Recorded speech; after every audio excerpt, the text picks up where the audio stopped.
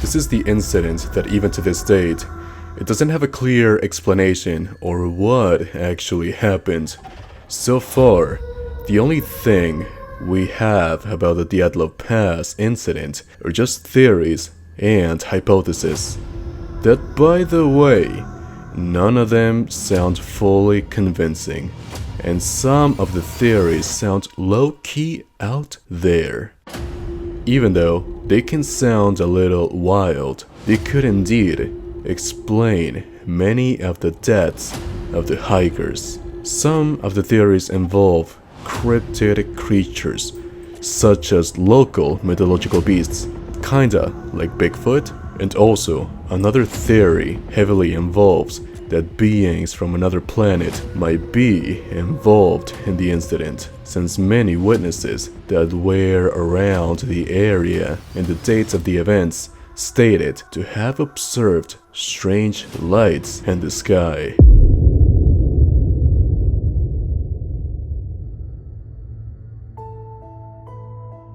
The Dyatlov Pass was formerly known as Shackle by the locals, which translates literally to Dead Mountain, or Mountain of the Dead, something like that. It only got its current name after the incident in which the ski hikers passed away. It was named after Igor Dyatlov, the student engineer who led the expedition to the northern Ural Mountains. The expedition group was formed originally by 10 members of the Ural Polytechnical Institute. Igor Dyatlov, the leader of the expedition, Lyudmila Dubinina, Yuri Krivonishenko, Rustem Slobodin, Alexander Kolevatov, Semyon Solotaryov, Yuri Doroshenko, Sinaida Kolmogorova, and Nikolai Thibault-Brignol. All of them in their early 20s, with the exception of Semyon Solotaryov, who was 38 years old and was a former Soviet army serviceman. The group was based in Sverdlovsk, that today is known as Yekaterinburg, and they departed on January 23rd of 1959 by train to Serov. Then they headed to Ivdel to take a bus to Vizhay, in which they started the expedition by foot towards the area that we currently know as the Dyatlov Pass.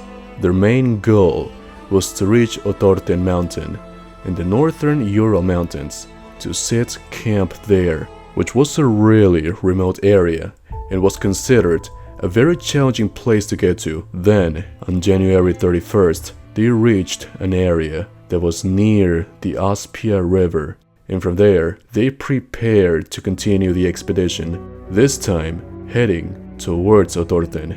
Then, after a day of odyssey, on February 1st, the group, instead of deciding to descend into the forest, they chose to camp on the slope of Shackle, which is what I mentioned that translates as Mountain of the Death, which is where they spent the last night where all 9 were alive. This decision by itself is where things start to gain a dark twist, considering how unusual it was for experienced hikers to settle in the mountain rather than a more sheltered location such as a forest that was not too far from the location.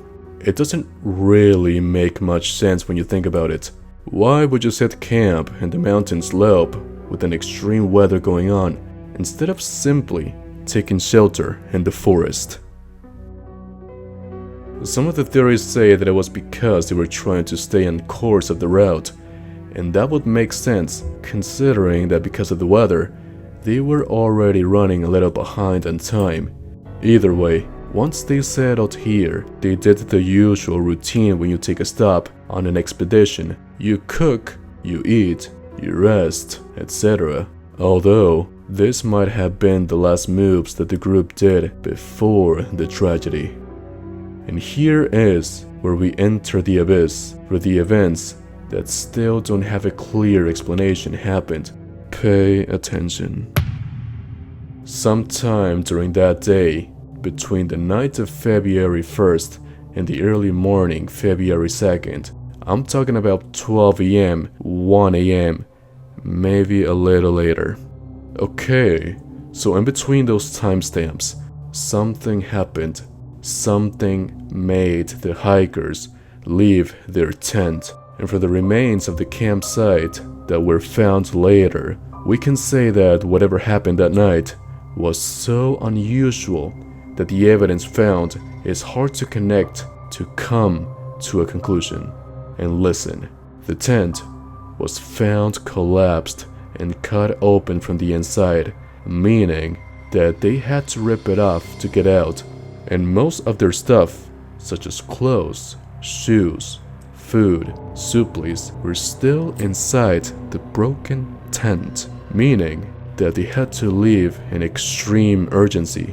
And the evidence of the investigations showed that after leaving the tent in such a hurry, they headed towards a nearby forest, since some of the bodies were found roughly 1.5 kilometers away down the hill, meaning that they had to descend from the mountain, maybe seeking shelter from the weather, maybe trying to hide from something. That is what is not clear yet to this date. And something that we need to keep in mind is that we are talking that these people were walking in temperatures of -20 or -30 degrees Celsius. Some of them were found wearing basic clothes, while others had taken clothing from those who had already died. Maybe this suggests that they tried to survive after reaching the trees, and when the search teams finally arrived to investigate the event is where things start to get a darker twist. Weeks later, 2 of the bodies were found between the collapsed tent and the nearby forest, close to a cedar tree. Yuri Doroshenko and Yuri Krivonishenko. They had almost no clothing, and a small fire was found nearby. Then, another body, Igor Dyatlov, the leader of the expedition. He was found further uphill, and it seemed like he was trying to return to the tent. Then, Sinaida Kolmogorova and Rustem Slobodin were also found between the forest and the tent. Most of them had the same condition of the first 2 bodies found, wearing from little to no clothing that could protect them from the cold, which is also one of the factors that still doesn't have a clear, possible explanation. Why? What happened? Then, months later, around May of that year, the last 4 bodies were found in a ravine deeper into the forest. These included Lyudmila Dubinina, Alexander Kolevatov, Nikolai Thibault-Brignol, and Semyon Solotaryov. The bodies were found in an unsettling state. They were missing eyes. One of them was missing its eyebrows, and another body was even missing its tongue, which is such a horrifying scene to think about, and also wonder what actually happened to them. What triggered such events? Was it a natural phenomenon? Because one of the theories is that they were hit by a slab of snow. This is known as a slab avalanche. The theory says that a small slab of snow hit the tent, which made the group believe that a bigger avalanche was imminent, causing them to leave the tent in such a hurry. And it would explain why the tent was cut open from the inside, and why the bodies were spread across a nearby forest and in between the tent. Maybe the group intended to make it back to the tent once the danger had passed. The issue with this theory is that the tent was found collapsed, but it wasn't buried under any snow, and also the footprints leading away from it were still visible weeks later when they found them, meaning that no snow covered them after they ran away. And it also doesn't explain the severe injuries of the bodies found months later. Another theory says that these events were a result of a phenomenon called katabatic winds. These are extremely powerful winds that can create a horrifying environment, which is what made the hikers panic and run away, because this phenomenon produces intense noises and very violent gusts of wind. But once again, this doesn't explain the full end result of the events, and also, that phenomenon is extremely uncommon on that specific area of the mountains. Another of the theories is that of infrasound. It says that the intense wind created low-frequency sounds, which induced panic on the hikers that triggered them to behave in an unusual way. But there's little to no evidence that it could trigger such massive panic sequence, and most of the scientists are very skeptical about this theory specifically. Some of the other grounded theories say that it was an attack from the local Mansi indigenous people, or that the group got involved in a fight between themselves, but once again, there's no evidence supporting this, since the Mansi people were the same ones who helped in the search for the rescue of the hikers, and also none of the clues signal that there was an internal conflict or dispute with the group, since according to the clues, it appears that all of them tried to survive together until the very end. And finally, we enter the theories that could sound out there, but theories that could possibly explain many of the phenomena of the events.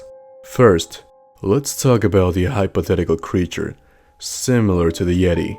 This theory says that the group of hikers encountered a creature, some kind, a mythological cryptid like Bigfoot, that lives in the Ural Mountains, creature that is supposedly well known by the Mansi indigenous people, that serves as some kind of deity that protects the area, and because of this is the reason why it attacked the group of hikers, and it would explain the mysterious deaths and the way the clues were spread across the area.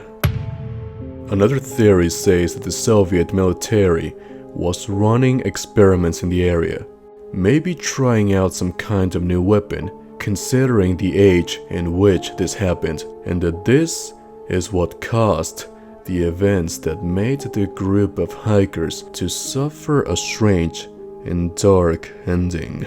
This theory also aligns with some reports of people around the area at that time when the events happened, between the night of January 1st and the early morning of February 1st, in which they report they had seen some kind of orange lights in the sky, and it lasted there for a while, and that they were glowing, moving slowly, and even flickering.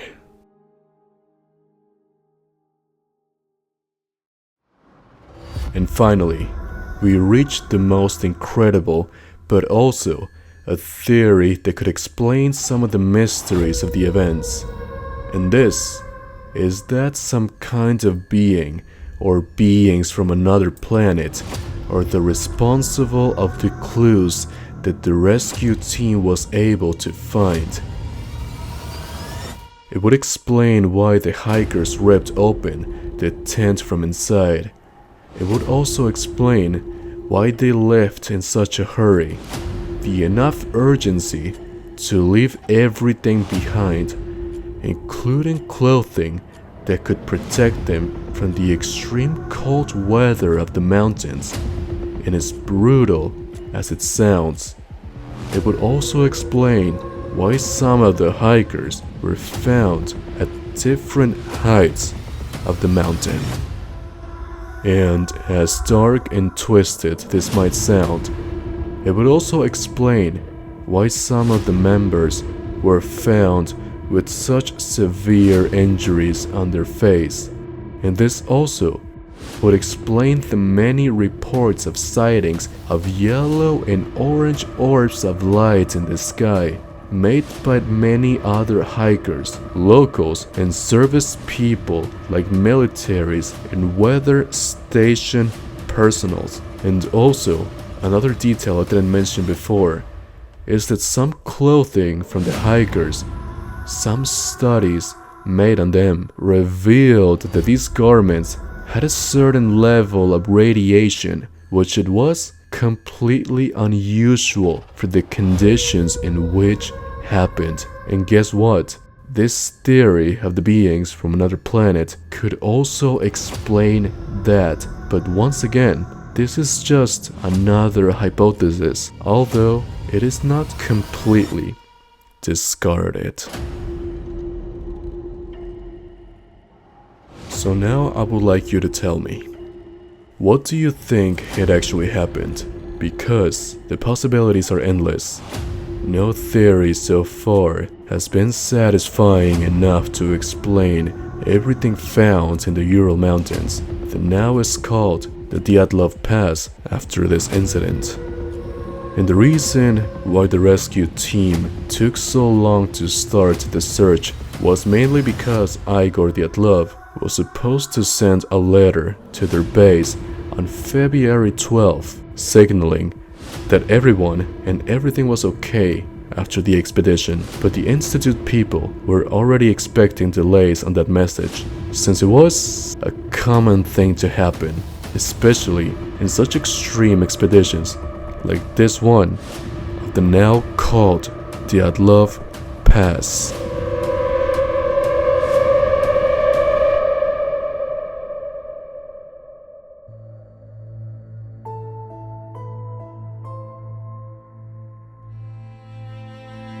What kind of phenomenon do you think triggered the events in the Ural Mountains? Was it a cryptid creature? Was it beings from another planet? And if so, what kind of life would it be? But as I always say, that seems like that's another topic for another video, and this portal calls to be closed for now. I am Devil's Advocate, or just call me D. You know where to find me. Join us. Stay tuned.